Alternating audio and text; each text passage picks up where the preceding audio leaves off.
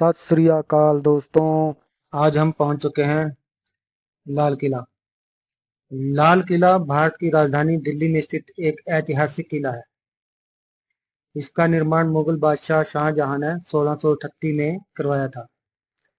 यह किला लाल बलुआ पत्थर से बना है, इसलिए इसे लाल किला कहा जाता है। 2007 में यूनेस्को ने इसे विश्व धरोहर स्थल के रूप में घोषित किया था। चलो अंदर चलते हैं अब दोस्तों, देखते हैं अंदर से लाल किले को, इसके अंदर क्या क्या है। कितना भव्य सुंदर दृश्य लाल किले का। ये मेन गेट पर दोनों तरफ लाल किले के असली तोपें लगी हुई हैं उस समय की।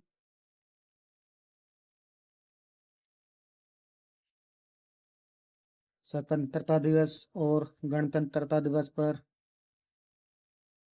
हमारे देश के प्रधानमंत्री यहाँ से तिरंगा फहराते हैं देश का, ये सामने से।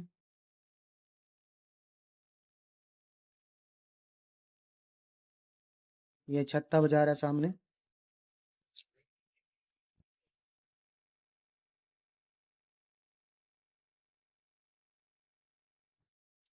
मुगल बेगमें और शहजादियों को किले से बाहर जाने की अनुमति नहीं थी, जिससे उन्हें खरीदारी करने में कठिनाई होती थी। इसलिए पेशावर के मशहूर बाजार की तर्ज पर शाहजहां ने लाल किले के अंदर छत्ता बाजार का निर्माण करवाया। इस बाजार को बाजार ए मिशकाफ के नाम से जाना जाता था, जिसका अर्थ होता है शानदार बाजार। यह बाजार छत से ढकी हुई थी, जिससे इसका नाम छत्ता बाजार पड़ा।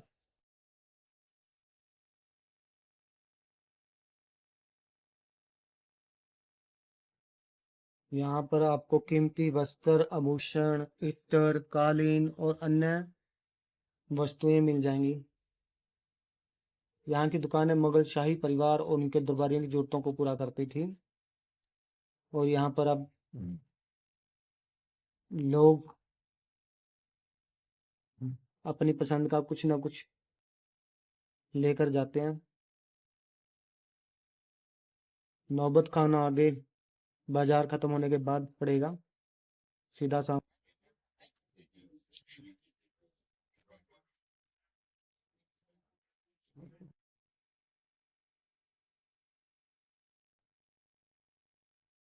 यहाँ पर एक से एक कीमती नग के आभूषण मिल जाएंगे। कीमती पत्थर की मूर्तियां, छालें और भी बहुत कुछ मिल जाएगा। धार्मिक वस्तुएं बहुत मिल जाएंगी।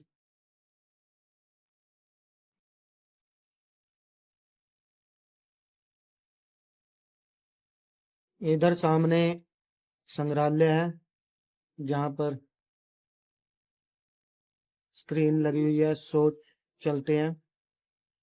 और नौबत खाना, वो सामने नौबत खाना है। हम पहले नौबत खाना देखेंगे। चलो चलते हैं नौबत खाना की तरफ। ये सामने सारा नौबत खाना है।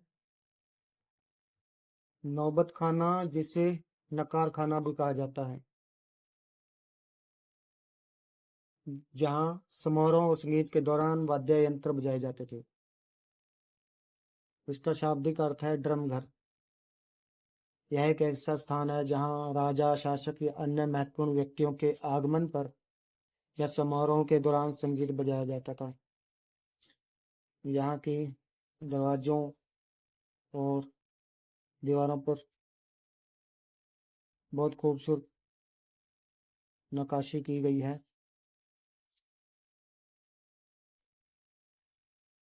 नौबत खाना अक्सर किले, महल या अन्य महत्वपूर्ण इमारतों के अंदर स्थित होते थे।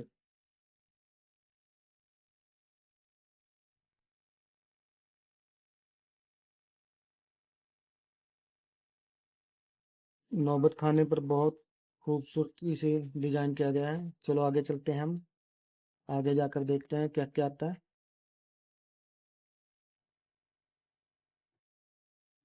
यह है दीवान आम।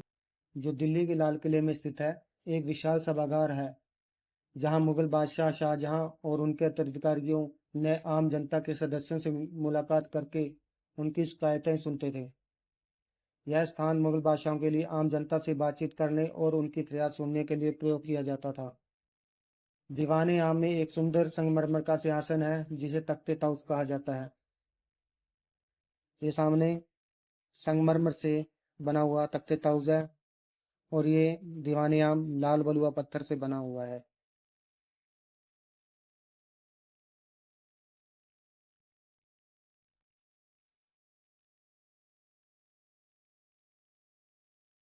इसका डिजाइन बहुत ही खूबसूरत बना हुआ है। अब हम आगे चलते हैं।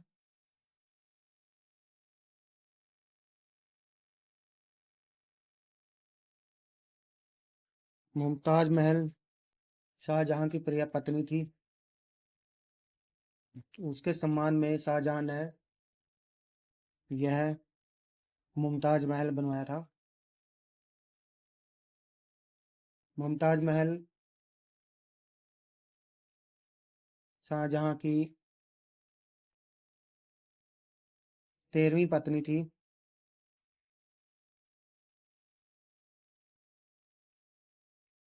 मुमताज महल की मृत्यु के बाद शाहजहां ने उसके लिए आगरा का ताजमहल भी बनवाया था।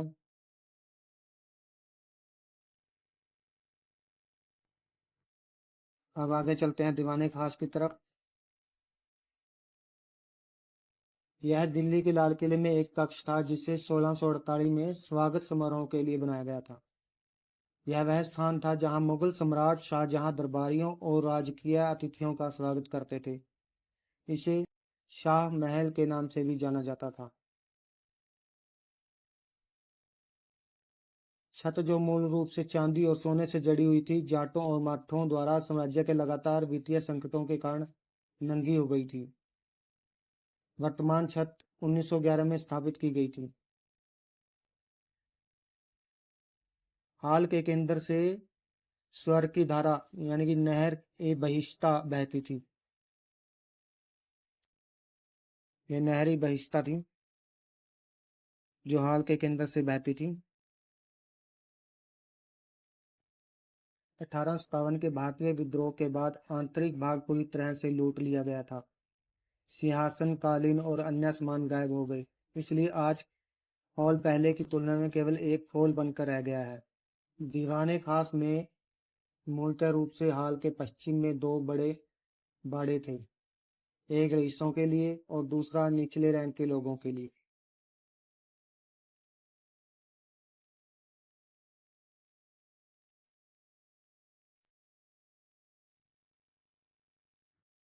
हाल और उससे जुड़ी इमारतों के नीचे नदी के तल में एक खास स्थान था जिसे जैर झरोखा या जालियों के नीचे के नाम से जाना जाता था।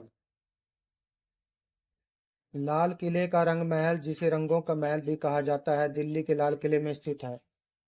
यह शाही हरम का एक हिस्सा था और शाही परिवार की महिला सदस्यों के आराम के लिए इस्तेमाल किया जाता था। रंग महल को शाहजहां के शासनकाल में इम्तियाज महल के नाम से भी जाना जाता था।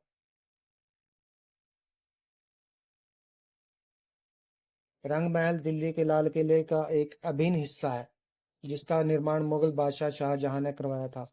यह महल संगमरमर से बना और इसमें एक उथली नहर है जो फर्श में खुदी हुई संगमरमर की बेसिन में बहती है, जिसे स्वर्ग की धारा नहर बहिश्ता कहा जाता है। रंग महल के नीचे तहखाना था जिसका उपयोग महिलाएं गर्मियों में करती थी और ये इस साइड हमाम है। यह बादशाहों के लिए स्नान के लिए इस्तेमाल किया जाता था। यह 3 अपार्टमेंटों में गलियारों में अलग अलग गुंबदों से सुसज्जित है। ये सामने मोती मस्जिद है जो औरंगजेब अपने लिए प्राइवेट तौर पर नमाज के लिए इस्तेमाल करता था। ये कुआं है जो लाल किले में है स्थित है।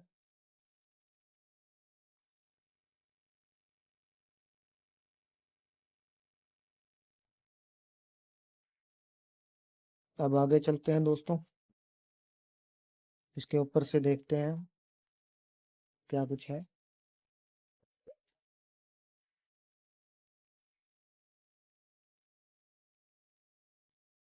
यहाँ से पानी बहकर वो आगे तक जाता था।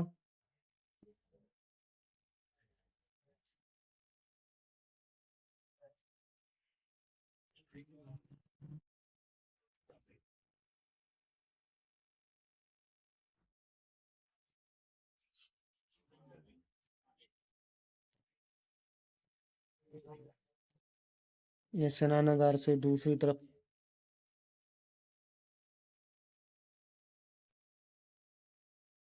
का रास्ता है। ये सामने म्यूजियम है।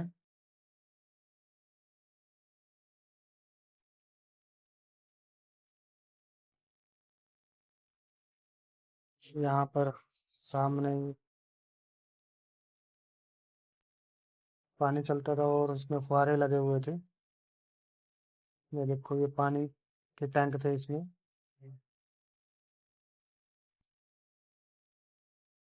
ये नहर बहिश्ता। यहाँ से पानी बहकर ये जफर महल की तरफ आता था। ये जफर महल है। जफर महल को बहादुर शाह जफर ने बनवाया था। इस महल को एक चौकोर तालाब के बीचों बीच बनवाया गया था। महल के चारों फुहारे लगे हुए हैं। कुछ साल पहले इनमें से कुछ फुहारे शुरू किए गए हैं।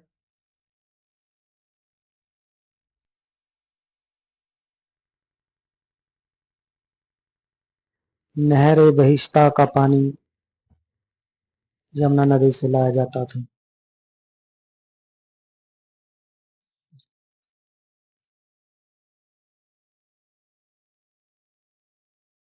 नहर बहिश्ता मुगल शासकों के कमरों को ठंडा रखती थी।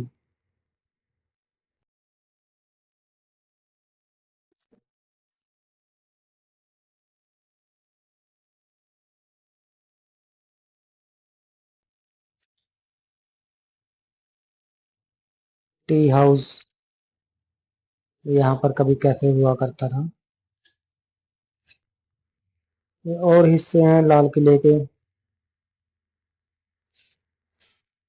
जो अब बहुत ही जर्जर हालत में है।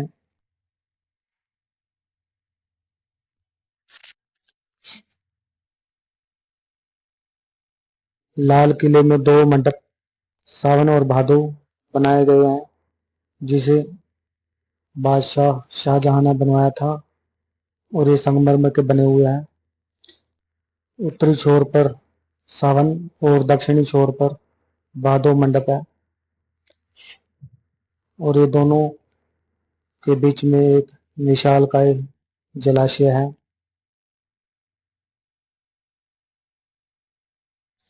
अब हम सुभाष चंद्र बोस संग्रहालय चलते हैं। यहाँ पर सुभाष चंद्र बोस के जीवन के बारे में और उनके संघर्षों के बारे में बताया गया है। यहाँ पर उनकी बहुत कीमती वस्तुएं भी रखी गई हैं।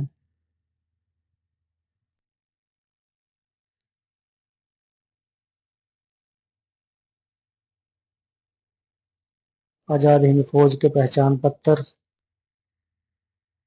आजाद हिंद फौज के तमगे, पदक, उनके मेडल,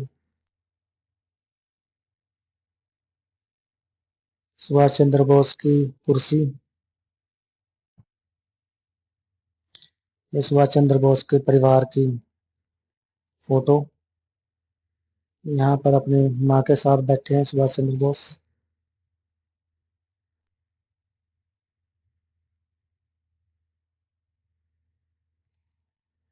सुभाष चंद्र बोस एक महान शख्सियत थे दोस्तों।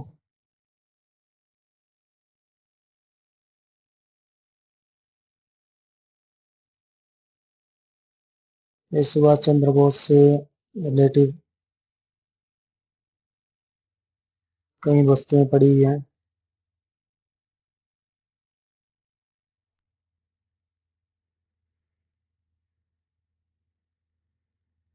सुभाष चंद्र बोस के राष्ट्रवादी संबंध थे उनके, ये दस्तावेज है।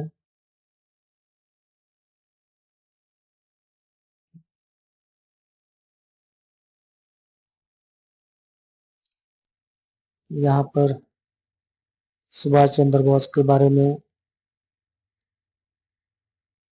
फिल्म भी दिखाई जाती है।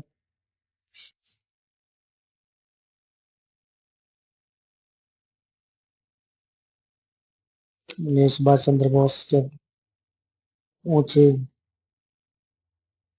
स्थान पर चढ़कर भाषण देते थे।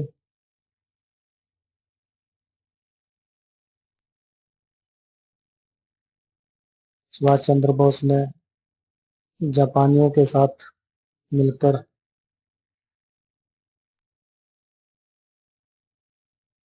जब अपनी सेना तैयार की,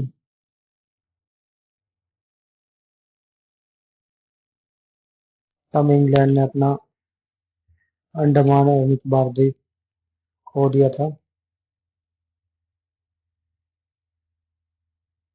कलकत्ता से बर्लिन तक का सफर दर्शाया गया है सुभाष चंद्र बोस जी का।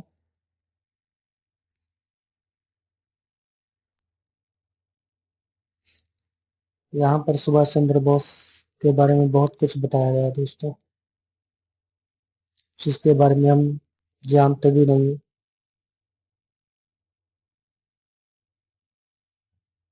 ये सचमुच में एक बहुत ही अच्छा और बढ़िया संग्रहालय बनाया गया है भारत सरकार द्वारा।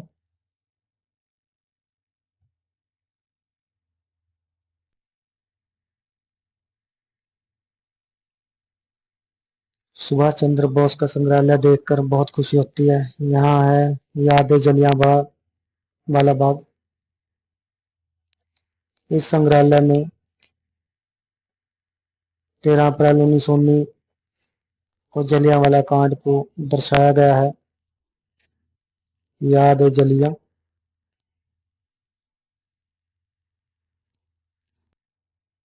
हूबहू वैसे ही दीवारें बनाई गई है जैसे जलियांवाला बाग में है।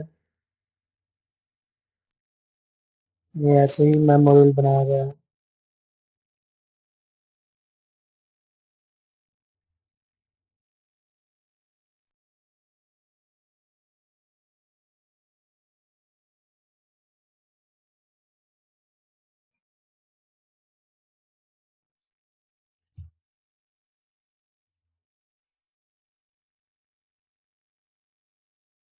ये गदर आंदोलन वगैरह के बारे में बताया गया है।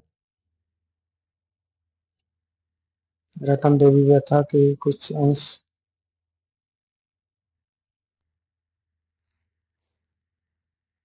दोस्तों, इस संग्रहालय में जलियांवाला बाग में जैसे जैसे वहां पर दृश्य है वैसे ही हूबहू दिखाने की कोशिश की गई है।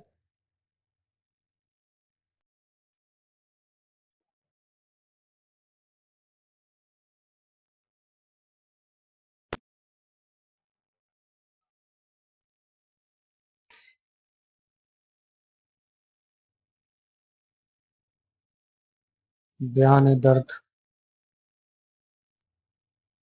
हमें शहर के मानचित्र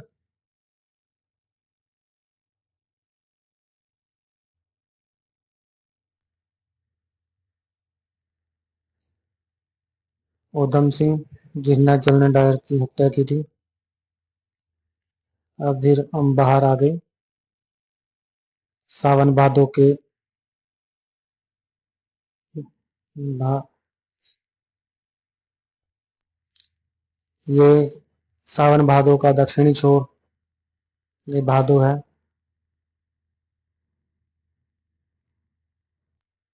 ये भादो और वो सामने सावन और बीच में जफर महल है।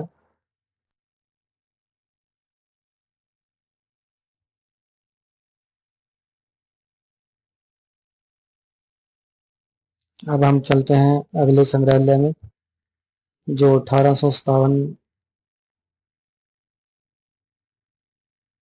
के बारे में और भारत की आज़ादी में वीरों शूरवीरों के बलिदान और उनकी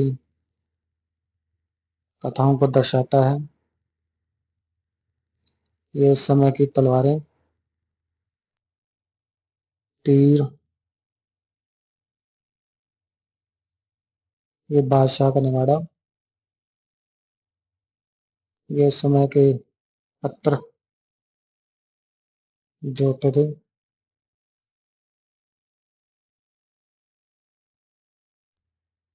इस समय का मानचित्र, सहायक संधि के समय का, जो अंग्रेजों ने अपने उसमें कब्जे में लिए थे, रोहिलखंड, हुमायूं, अवध के बारे में,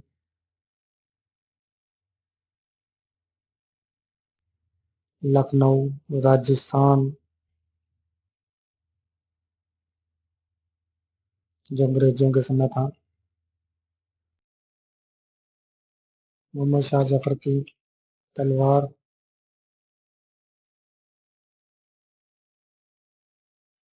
जो मोहम्मद शाह बहादुर शाह जफर की पोशाक, ये बेगम की पोशाक, ये उस समय के पिस्तौल, बंदूकें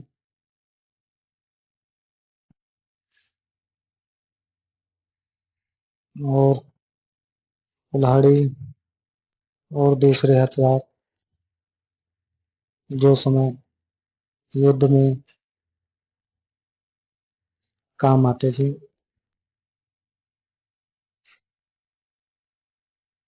तो ये था आज का हमारा लाल किले का सफर।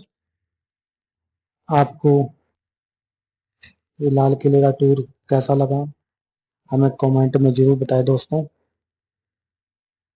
और हमारे वीडियो को लाइक और सब्सक्राइब जरूर करें।